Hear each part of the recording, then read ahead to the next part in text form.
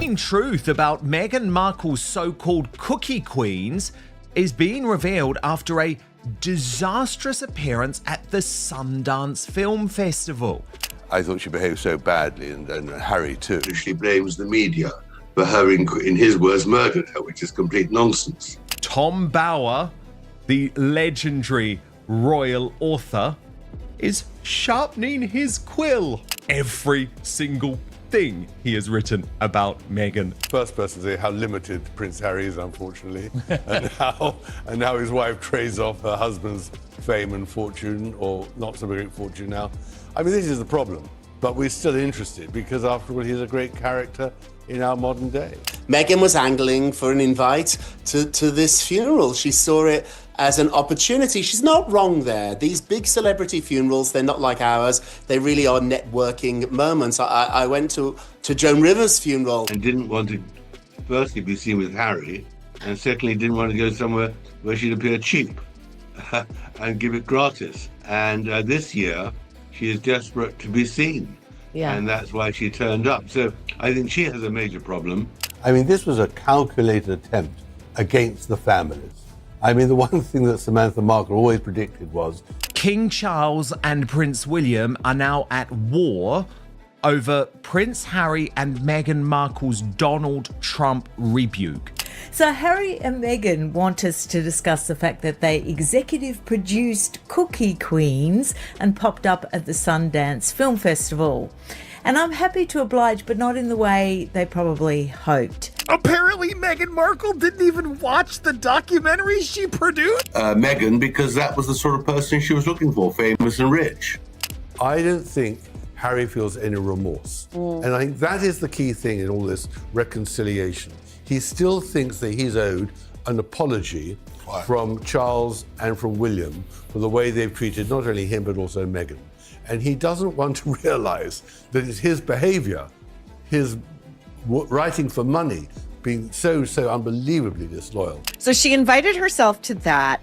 The only place that she has a standing open invite to where she will not appear, a tragedy. You could feel the panic before a single page was even printed. Not whispers, not rumors. Panic. The kind that crawls through marble hallways at 3 a.m, the kind that lights up private phones that never ring unless something has gone terribly, spectacularly wrong. Because the man they thought they'd survived is back.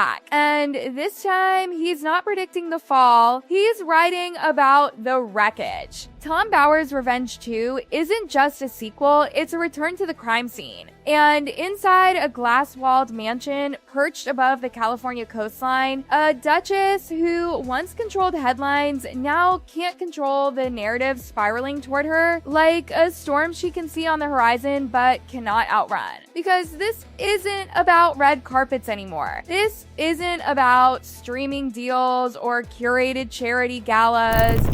Perhaps. So he's they toddle over to Sundance, where allegedly they have produced, their names are on the stock as a producer, a documentary about Girl Scouts trying to sell their cookies. It's called Cookie Queen.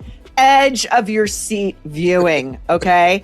Now, there are reports the Daily Mail has that the Sundance screening had rows and rows and rows of empty seats, while the Sussex squad, those nebulous 10 fans out there, claim that it was a standing room only, sold out screening, because who doesn't want to watch a bunch of 8-year-olds trying to sling some cookies over at the local Stop and Shop? This is about receipts, timelines, former allies who have stopped being quiet. And the internet? Oh, the internet is circling like sharks that smell blood in the water. The moment the announcement leaked, the online world combusted. Not politely, not cautiously, it detonated. Commentators who had been waiting years for this moment hit upload within minutes. Royal watchers began stitching together old interviews like detectives reopening a cold case. Headlines didn't ask if the book would be explosive, they asked how devastating it would be. Because here is the thing about the first book.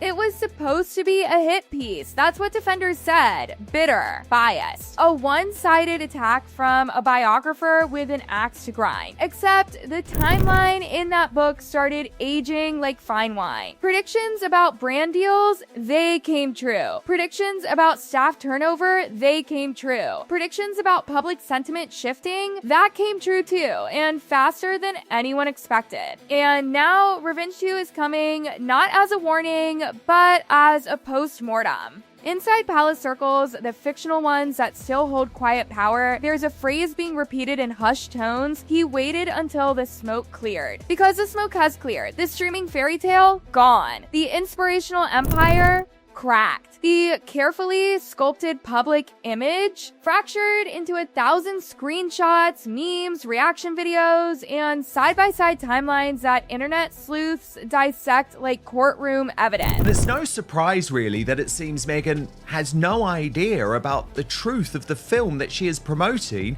given that she decided to buy it without actually having anything to do with its production. But of course, Meghan's behavior towards the children themselves has also been exposed. Look at this from the red carpet, where she really did prove that she don't like these children. She's not at all interested about being around these children. And actually what she likes is the very quick pose for a selfie. And the Duchess of Montecito, once untouchable, once trending for every curated appearance, is trending again, but this time for entirely different reasons. Her name isn't next to fashion headlines anymore. It's next to words like collapse, fallout, and what did he find? Because Tom Bower doesn't write books based on vibes, he writes books based on paper trails. And the fear isn't about opinions, it's about documentation. Hollywood knows it too. Executives who once toasted her arrival at exclusive industry dinners now speak carefully when her name comes up. Invitations that used to be automatic are now complicated. Projects that were in development have quietly vanished into the same void where hopeful streaming partnerships go to die. And as the Netflix fallout continues to echo through industry boardrooms, something else is happening online that might be even more dangerous. The audience has stopped defending. That's the shift no one planned for. Because controversy is survivable when fans are still fighting for you. But when former supporters turn into silent observers, refreshing timelines instead of arguing in comment sections, that's when reputations stop wobbling and start falling. The book hasn't even been released, and already former insiders, fictional of course, but eerily familiar, are surfacing in quiet corners of the media landscape. Not loud interviews, not dramatic press conferences, just subtle confirmations, soft nods, no comment statements that somehow say everything. Because NDAs don't last forever. And when people who were once inside the walls start feeling like the ship has already sunk, loyalty dissolves faster than you'd think. Tom Bower knows that. That's why he waited. The first book documented behavior. The second one, it documents patterns. Patterns of exits. Patterns of deals that looked dazzling in headlines but fragile behind the scenes, patterns of narratives that changed depending on who was asking questions, and the Duchess knows something the public is just starting to realize. He's not writing this from the outside looking in anymore. He's writing it with voices that used to be in the room. That's the difference. That's the threat. And as the countdown to publication ticks closer to 2026, something else is spreading. Not just gossip, not just speculation, but anticipation. Because audiences love a rise, but they are obsessed with a fall explained in detail, especially when that fall was denied in real time. Royal drama used to live inside palaces. Now it lives in thumbnails, live streams, and comment sections that move faster than any press office can respond to. Every new rumor sparks 10 new theories. Every blurry paparazzi photo becomes a clue.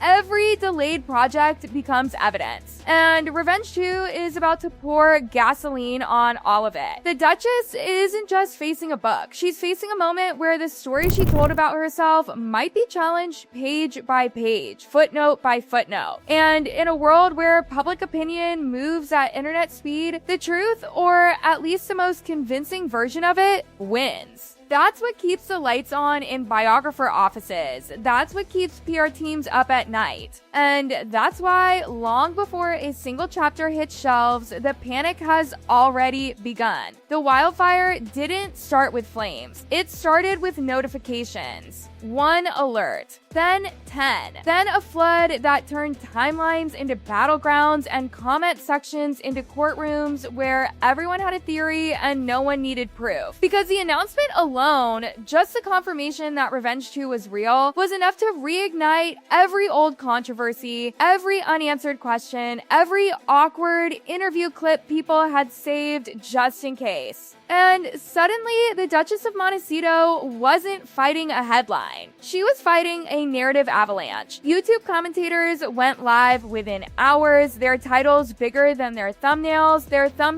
bigger than the truth, their audiences eating up every second because scandal is the one currency that never crashes online. Reaction channels replayed old speeches, slowed them down, zoomed in, added red circles and dramatic arrows as if decoding a conspiracy thriller. TikTok stitched past interviews to present silence, asking why the confidence looked different now, why the certainty sounded rehearsed then, why the story kept evolving. And through it all, one question echoed louder than the rest. What does Tom Bauer know that we don't? Because this wasn't a gossip blogger. This was a man with a reputation for patience, for documentation, for waiting until the receipts stacked high enough to build a narrative no PR team could casually brush aside. The first book had been dismissed as harsh. The sequel, it was being whispered about as inevitable. Inside industry circles, a fictional but familiar kind, executives weren't laughing anymore. They were watching. Because reputations in Hollywood aren't destroyed by bad reviews. They're destroyed by becoming radioactive.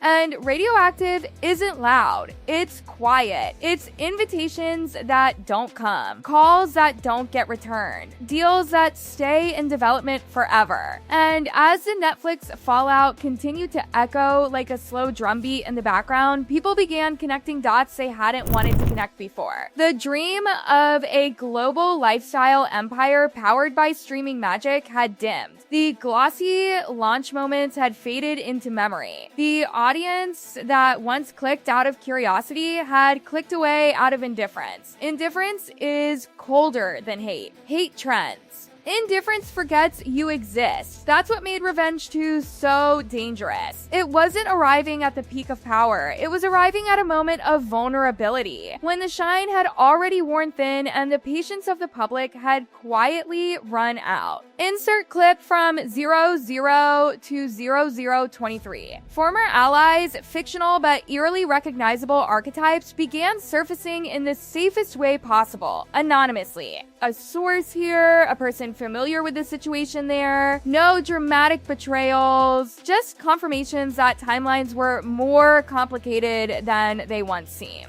That staff turnover hadn't been coincidence. That creative differences weren't always creative. That behind curated smiles, pressure had been a constant companion. No one shouted. They didn't have to. Because when multiple quiet voices point in the same direction, people start listening. And Tom Bauer? He didn't need to say a word publicly. His silence became part of the marketing. Every day he didn't clarify anything made the speculation louder. Every unanswered question added weight to the idea that this wasn't just another book, it was a reckoning in hardcover. The Duchess tried to pivot. Public appearances increased, carefully styled outings, carefully timed releases of positive stories, but something had shifted in the digital era. Every polished moment was met with side-by-side comparisons to older narratives. Every new claim was measured against archive footage the internet never forgets. Because the internet doesn't just watch, it remembers. And memory in the age of screenshots is merciless. Insert clip from 000 to 0023. The royal drama, fictional yet familiar, that once played out in palace corridors was now unfolding in comment threads with millions of spectators. The monarchy itself, once the central stage, had become a backdrop to a different story. The story of a brand that rose on visibility and now struggled under scrutiny. Public favor had not turned overnight. It had eroded, grain by grain, post by post, headline by headline. And Revenge 2 threatened to gather all those grains into a single landslide. Because here's the truth about modern scandal, it isn't about a single revelation anymore. It's about compilation, about putting years of scattered moments into one timeline that suddenly feels impossible to ignore. That's what biographers do best. They don't shout new accusations, they connect old dots. And when those dots form a picture, it doesn't matter how long ago each moment happened. The impact lands all at once. Inside the Montecito mansion, lights burned late. Advisors floated strategies. Statements were drafted and redrafted. Some too defensive, some too dismissive, none quite right. Because how do you fight a book you haven't read yet? How do you deny specifics that haven't been made public? How do you counter a narrative built on the idea that the full story has simply been waiting for the right moment to be told? You can't. You can only wait. And waiting when the internet is counting down for you feels like standing on train tracks watching headlights in the distance. The Duchess had once thrived on attention. She understood media cycles, knew how to command a room, knew how to turn visibility into influence. But this attention was different. It wasn't admiration or curiosity, it was scrutiny sharpened by years of unresolved questions. And as commentators debated potential chapters, as royal watchers reopened old controversies, as former insiders continued their careful anonymous confirmations, one thing became clear. The story was no longer hers alone to tell. Tom Bower had positioned himself not as an outsider throwing stones, but as an archivist compiling a record. And records are harder to dismiss than rumors. As 2026 crept closer, the release date loomed like a date circled in red on calendars no one could ignore. Pre-orders climbed not because people wanted gossip, but because they wanted clarity. They wanted a version of events laid out start to finish, without filters, without interviews cut into sound bites, without social media captions guiding interpretation. They wanted context. And context can be brutal, because context doesn't just show what happened, it shows patterns. And patterns are what change reputations permanently. By the time the first official excerpt would eventually drop, the narrative battlefield had already been prepared. Lines drawn.